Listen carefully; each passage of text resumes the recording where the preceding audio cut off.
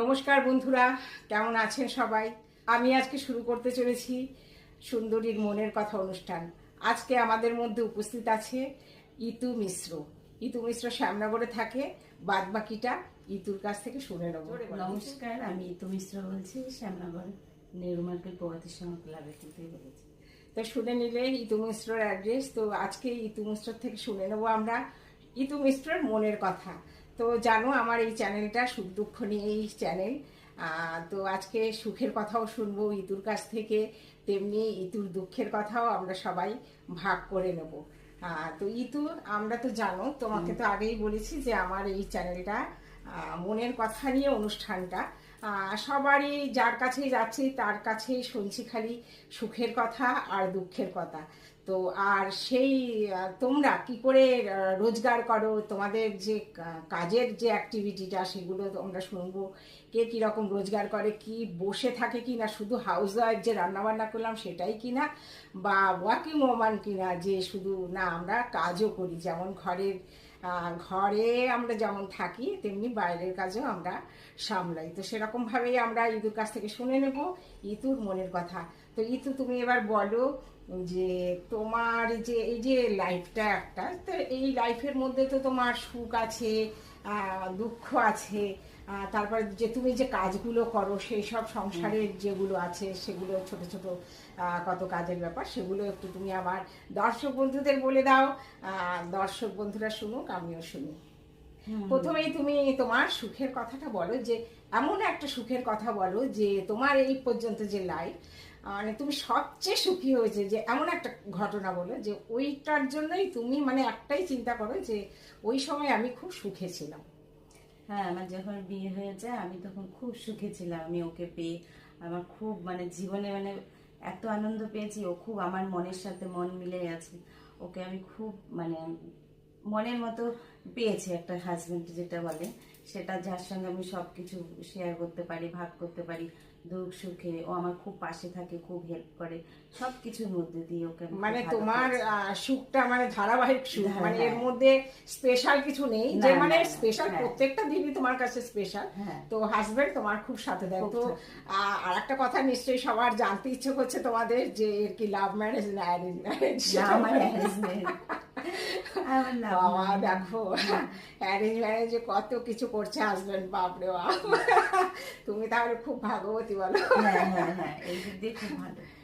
তো আর একটা ছোট্ট সংসারের থেকে যে সুখটা হয়, যে তোমার এছাড়া নিজের ব্যক্তিগত কোনো সুখের কথা বলতে পারো, যে যেটা তোমার মানে খুব খুব সুখের, যেটা খুব খুশি হও মাঝে মাঝেই তোমার মনে পড়ে সেই সুখের কথাটা, সেটা সেরকম কিছু থাকলে তুমি আমার দর্শকদের বলতে পারো। হ্যাঁ, সুখের কথা। 4 ভাই বোন, 3 ভাই 1 বোন। আমরা যখন একসাথে হই আমরা খুব হাসি খুশি এবং হই হুল্লোড় করতে পারি। কিন্তু যখন আমার দাদার মেয়েটা হয় তখন আমার সবচেয়ে জীবনের সুখটা বেশি আসে, কারণ আমাদের বাড়িতে কোনো আর মেয়ে নেই। ও যখন আমাদের জীবনে আসে, আমার জীবনে সেই দিন সবকিছু পাল্টিয়ে যায়। যে এত আনন্দ হয়েছে যে আমি কল্পনা করতে পারি না। সেই মেয়ে আমার প্রতি এতটাই ভালোবাসে আমাকে যে ওর প্রতি আমি খুব দুর্বল, কারণ আমার নিজের কোনো সন্তান নেই। যার জন্য আমার যখন ভাইয়ের মেয়ে হয় তখন আমি খুব আনন্দ পেয়েছি। কারণ হলো ও আমার জীবনে একটা নতুন আনন্দ, নতুন একটা সৃষ্টি করেছে, যে আমার শূন্যতাটাকে পূরণ করেছে আমার দাদার মেয়ে। এতটাই আমি ওর প্রতি ভালোবাসা, ওর প্রতি আমার একটু শ্রদ্ধা, এতটাই সুন্দর। আর ও আমাকে ছাড়া এখন থাকতে পারে না, আমিও ওকে ছাড়া থাকতে পারি না। যখন কোনো অকেশন হয় তখনই আমার কাছে চলে আসে ও। এতটাই আমি এই এই আনন্দটা আমি কারোর সঙ্গে সবার সঙ্গে ভাগ করে নিতে পারি, কিন্তু ও ছাড়া আমাকে এখন কাউকেই ভালো লাগে না। তাহলে না, একটা মানুষ তো একটা কিছু নিয়ে বাঁচে, খুশি থাকে। তো ইতুর নিজের যখন সন্তান হয়নি, তো দাদার মেয়েকে, এটা একটা খুব ভালো দিক ইতুর, যে একজনকে নিয়ে আছে, সন্তান তুল্য তাকে ও দেখাশোনা করে, আসে, ওর কাছে থাকে। তো যাই হোক, ভালোই। সবার তো সব কিছু হয় না, সব সুখ ভগবান সবাইকে দেয় না। একটা না একটা জায়গা থেকে মানুষকে বঞ্চিত করেই করে, সেটা সবার জীবনেই। আমার দর্শক যারা আছে তাদেরও নিশ্চয়ই এরকমই, যে কিছু না কিছু দিয়ে সবাই বঞ্চিত। এই যে আমি রয়েছি, আমারও একটা দিক আছে যেটা গিয়ে আমি বঞ্চিত। তো আবার অন্যান্য দিকগুলো আমার ভীষণই ভালো দিয়েছে। তো ভগবান এরকমই করে সবার সাথেই, যে একটা দিক খারাপ দিলে আর একটা দিক দিয়ে পূর্ণ করে দেয়। তো ইতু, আমরা তো তোমার সুখের কথা শুনলাম, খুব ভালো লাগলো শুনতে যে তোমার হাজবেন্ড তোমাকে ভালোবাসে, তারপরে তোমার দাদার মেয়ে তোমাকে ভালোবাসে। তো এবার সবই তো শুনলাম, যে যেটা খুব খারাপ লাগছে আবার সেই একই কথা যে বলতে, সুখ দুঃখের কথা যখন শুনতে এসছি, দুঃখের কথা নিশ্চয়ই শুনবো। তো ইতু, তোমার এমন একটু দুঃখের কথাও বলো, যে তোমার যে নিত্যদিনের যে লাইফে যে একটু দুঃখ, সেটা তুমি আমার বন্ধুদের থেকে শেয়ার করো, তোমার মনটা নিশ্চয়ই হালকা হবে। হ্যাঁ, আমরা যখন দুজনেই বাইরে ছিলাম কাজের সূত্রে, সেই সময় হঠাৎ ওর কাজটা চলে গেল। তারপরে একদিন কি করব দিশা পাচ্ছি না, তখন বাড়ি চলে আসলাম। বাড়িতে এসে তখন কোনো কাজ বাজ নেই, কি করে আমরা চলবো।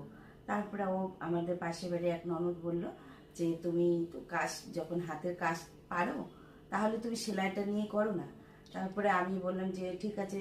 এবার অনেকের বাড়িতে গিয়ে বললাম যে আমি হাতের কাজ জানি, পার পিকো ফলস পার লাগাতে পারি। মানে হ্যাঁ। পার পিকো বলতে এই যে শাড়ি শাড়ি, হ্যাঁ, শাড়ি শাড়ি আচ্ছা, ফলস আচ্ছা। পিকো যেটা করা হয় আচ্ছা সেটা। আচ্ছা আচ্ছা। এবং তাহলে তো পুজোর সময় তোমার খুব ভালো। হ্যাঁ হ্যাঁ, পুজোর থেকেই আমি এটা চালু করেছি। আচ্ছা। তারপরে ওটার থেকে আস্তে আস্তে আমি একটু কাটিং শিখেছি, ব্লাউজ। আমার দর্শকরা আমার দেখো ব্লাউজ সেলাই করতে পারে, মানে ব্লাউজেরও অর্ডার নিয়ে ব্লাউজ তৈরি করে। বাহ! এখন ওই করে করে আস্তে আস্তে ওই সেলাই করতে করতে এখন আমি একটা জায়গায় মানে শেখার মানে শিখছি এবং তৈরি করছি। এবং এখন একদম হ্যাপি, এখন ওই দিক দিয়ে কাজের দিক দিয়ে ঠিক আছে। ও একটা জব করছে ছোটখাটো, তাই নিয়ে এখন আমরা একটু আছি, সুখী হয়ে আছি। গেছে। হয়ে গেছে। হ্যাঁ, এছাড়াও তোমার কি কোনো লাইফে আর কি দুঃখ আছে? যে অবশ্যই সবচেয়ে লাইফে আমার দুঃখ হলো 2024-এ আমার বাবা যখন ক্যান্সার ধরা পড়ে। 2023-এ আমার বাবা যখন খুব অসুস্থ হয়ে পড়ে, তখন বাবাকে নিয়ে হসপিটালে যাই। গিয়ে দেখানোর পরে বাবাকে বুঝতেই পারি না বাবা সুস্থ, হঠাৎ দেখা গেল বাবার বুকে ব্যথা। তারপরে আমরা বিএন বোস হসপিটালে নিয়ে যাই। সেখান থেকে দেখা যাচ্ছে বাবার একটা লাংসে স্মল দেখা যাচ্ছে। তারপরে যাই হোক নিয়ে গেলাম আমরা, বললো যে আপনারা অন্য কোনো জায়গায় নিয়ে যান। আমরা নিয়ে গেলাম অন্য হসপিটালে। যখন এরকম দেখলে যে একটা লাংস তোমার মানে বাবার তোমার খারাপ হয়ে গেছে, তারপরে কোন হসপিটালে নিয়ে গেলে? তারপরে আমরা আরজি কর হসপিটালে নিয়ে যাই। সেখান থেকে যেদিন দেখিয়েছি বাবাকে, সেদিনই ওনারা আমার বাবাকে ভর্তি নিয়ে নিয়েছে। তারপর ভর্তি নেওয়ার পরে সব পরীক্ষা নিরীক্ষা করার পরে দেখা গেল বাবার লাংসে ক্যান্সার ধরা পড়েছে। বলো কি? হ্যাঁ। মানে এইরকম একটা দুর্ঘটনা। এবার তারপরে তারপরে কি করলে? তারপরে বাবাকে কি করবো, বাবা জানতো না বাবার যেই মানে শরীর খারাপটা হয়েছে, রোগটা হয়েছে। তারপরে আমরা 3 ভাই বোন মিলে দৌড়াদৌড়ি করে অনেক কি করে পরীক্ষা করেছে। লাস্টে যখন ক্যান্সার ধরা পড়লো, তখন ডাক্তারবাবু বললো যে আমার বাবার লাংসে ক্যান্সার হয়েছে, ওনাকে কেমো দিতে হবে। তখন আমার সেই জার্নিটা যে কি ছিল সেটা আমি বোঝাতে পারবো না। কিন্তু আমি একাই সেই সময় বাবাকে নিয়ে দৌড়াতাম, বাবাকে নিয়ে দাদারও যেত, পরে যেত। বাবাকে ভর্তি করেছি, তারপরে কেমোথেরাপি এইসব চলেছে, ফিজিওথেরাপি চলেছে। কিন্তু হঠাৎ বাবা সুস্থই হয়ে গেছিল। এমন অবস্থা হয়েছিল কেমো দেওয়ার পরে বাড়িতে এসে সব কিছু ঠিক ছিল। হঠাৎ রবিবার সানডে 9 জুলাই আমার বাবা আমাকে বলছে আমাকে একটু স্নান করিয়ে দে। আমি বাবাকে বললাম কি হঠাৎ কেন স্নান করবে? বলছে না আমার শরীরটা কেমন অস্থির করছে। তা আমি সেই সময় বাবার বাড়িতেই ছিলাম, বাবার কাছেই। তা আমাকে বলেছে, তো বললাম যে ঠিক আছে বাবা, তুমি যখন স্নান করতে চাইছো তা আমি করিয়ে দিচ্ছি। তারপরে করানোর পরে বলছে কি আমাকে এবার ধর। ওই ধরতে বলেছে, তখনই ওই অবস্থায় দেখি বাবা কেমন শ্বাসকষ্ট হচ্ছিল। সেই সময় থেকে আমার বাবা, যখন আমি চিৎকার করে কাঁদছি যে বাবা তোমার কি হলো কি হলো, ওই সময় বাবা হঠাৎ যেন কেমন করছে, বাবা হঠাৎ যেন কেমন করছে, করতে করতে দেখি বাবা শ্বাস কেমন করছিল, করতে করতে দেখি বাবার এতটাই হয়ে গেছে যে আমি বাবাকে ধরে রাখতে পারছিলাম না। বাবা কেমন করছে, করতে করতে করতে করতে আমার দাদাকে চিৎকার করে ডাকলাম। ঢাকার পরে বাবা দেখি মুখটা কেমন বেঁকে যাচ্ছিল, বেঁকে যেতে যেতে বাবার মুখ আমার দিকে তাকিয়ে ছিল। তাকিয়ে থাকতে থাকতে আমি বুঝতে পারিনি যে বাবা ওইভাবে চলে যাবে। দেখি বাবা আস্তে আস্তে বাবা নিঃশ্বাসটা বন্ধ হয়ে গেল। তুই শান্ত হ, শান্ত হবে তুই। ওই দিনটার কথা আমি কখনো বলতে পারবো না আমার বাবার। আমি এখনো মনে পড়লে সেই দিনটার কথা মনে পড়লে আজকেও সকালবেলা মার সঙ্গে কথা বলতে বলতে এত মনে করে যে মা এখন আমার মানে এমন দিন নেই যে আমার বাবার কথা মনে পড়ে না। বাবা ছিল আমার জীবনের মানে দেহের একটা অংশ। বাবা চলে যাওয়ার পর থেকে আমার কোনো কিছুই ভালো লাগে না। এক একটা স্মৃতি, এক একটা মুহূর্ত, এক একটা জিনিস সবসময়, কিন্তু বাবার মতো কেউ আমাকে এইরকম ভাবে আগলিয়ে রাখতে পারবে না। তারপরে বেশ যাচ্ছিল বাবারিটা, হঠাৎ আর কিছুদিন পরেই বাবার কাজ টাজ হওয়ার পরে কিছুদিন পরেই এক মাস পরে হঠাৎ দেখি দাদা হাঁটতে পারছে না। দাদার পায়ে ব্যথা। আমি ভাবছিলাম যে এমনি হয়তো পায়ে ব্যথা, কোমর ব্যথা। তারপরে কি করলাম, ডাক্তারখানা নিয়ে গেলাম। ডাক্তার কাছে যাওয়ার পরে কাঞ্চন সাহেবের কাছে নিয়ে গেছি। সেইখানে নিয়ে যাওয়ার পরে বলল যে আপনার দাদা এইমাত্র একটা মানে দাদার আপনার একটা এক্স রে করতে হবে। তো আমি যে কী ব্যাপারে, বলছে যে ওনার অনেকটা রিপোর্ট করতে হবে। এবার রিপোর্ট করতে নিয়ে গেছি আমি, আমার দাদার ছেলে।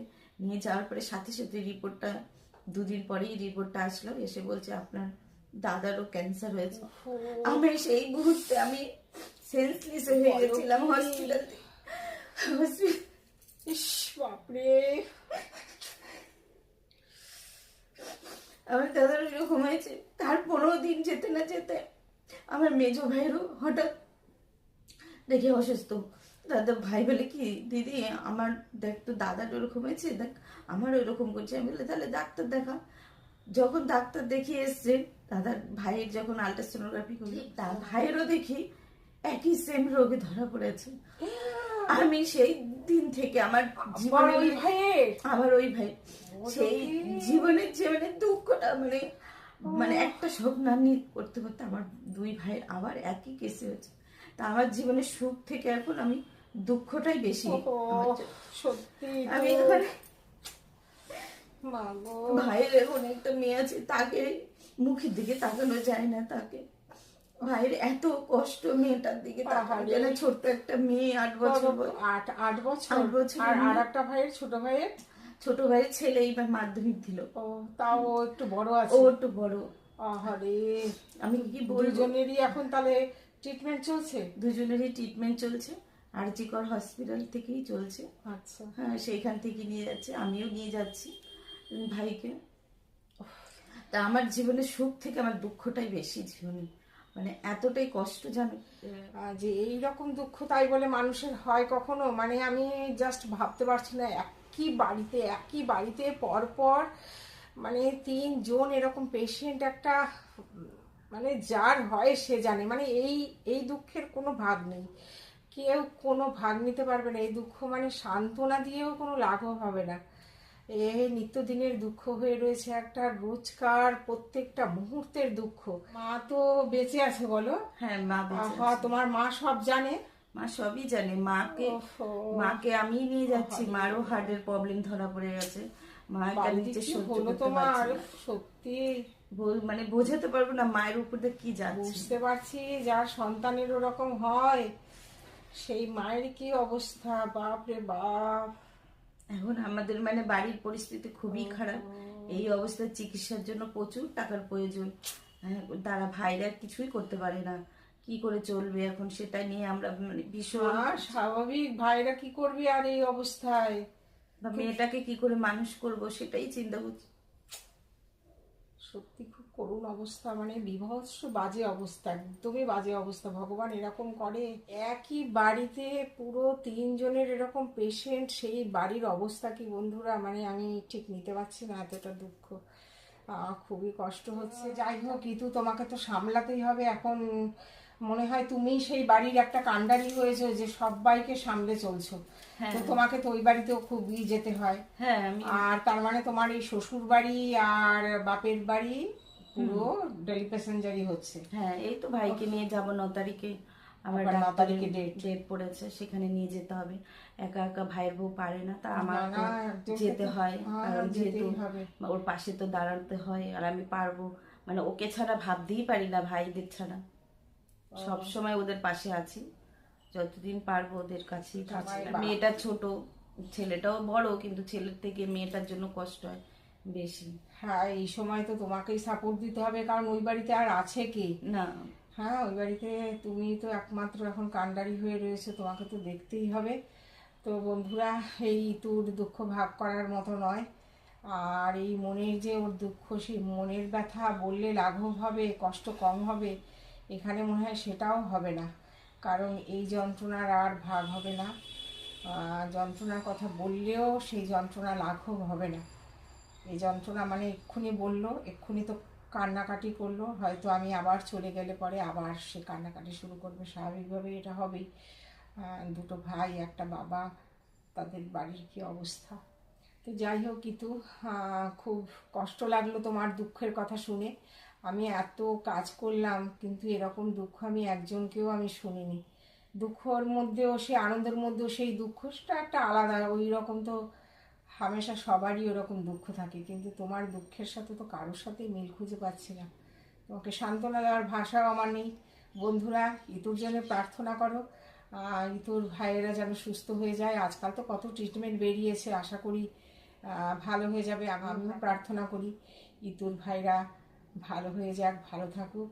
আর আমার সাথে সাথে প্রিয় দর্শকরা অবশ্যই ইতুকে সাপোর্ট করো, ইতুর যাতে ভালো হয়, ইতুর ভাইরা যাতে ভালো থাকে, ভগবানের কাছে সেই প্রার্থনা করো। আমি আমার এপিসোড এখানে শেষ করছি। সবাইকে আমার অনেক শুভেচ্ছা জানাচ্ছি। সবাই ভালো থেকো, সুস্থ থেকো। দেখা হচ্ছে অন্য কোনো এপিসোডে। আর হ্যাঁ, অবশ্যই ইতুকে কিন্তু তোমরা সাপোর্ট করো। নমস্কার। নমস্কার।